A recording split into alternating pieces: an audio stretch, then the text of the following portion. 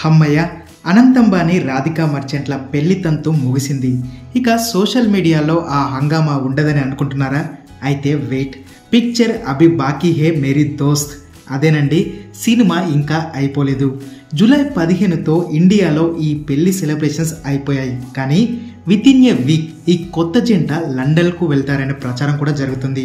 అక్కడ ఎలాంటి post wedding celebrations చేస్తారు, అక్కడ కూడా ఇలానే పెద్ద పెద్ద సెలబ్రిటీలను పిలిచి రిసెప్షన్ లాంటిది ఏర్పాటు చేస్తారా, లేదా బిజినెస్ మ్యాన్స్ కోసమే ఈ కార్యక్రమం ఏర్పాటు చేస్తున్నారా అన్నది ఇంకా క్లారిటీ రాలేదు.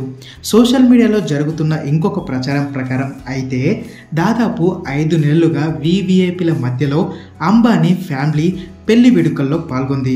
దీంతో ఇప్పుడు ఆ హడావుడి ఏమీ లేకుండా కేవలం అత్యంత సన్నిహితులతోనే లండన్లో పోస్ట్ వెడ్డింగ్ వేడుకలు జరుపుకోనున్నారట. అంటే ఇందులో విఐపీలను రిసీవ్ చేసుకోవడం, వారికి అన్ని సౌకర్యాలు అందుతున్నాయా లేదా వంటివి చెక్ చేసుకోవాల్సిన అవసరం లేకుండా కేవలం ఫ్యామిలీతో పెళ్లి సందడి చేసుకోనున్నారు. వీటిపై ఇంకా అధికారికంగా ఎలాంటి ప్రకటన రాకపోయినప్పటికీ గత 5 నెలలుగా అంబానీ ఫ్యామిలీ అంతా పెళ్లి సందడిలోనే మునిగిపోయారు.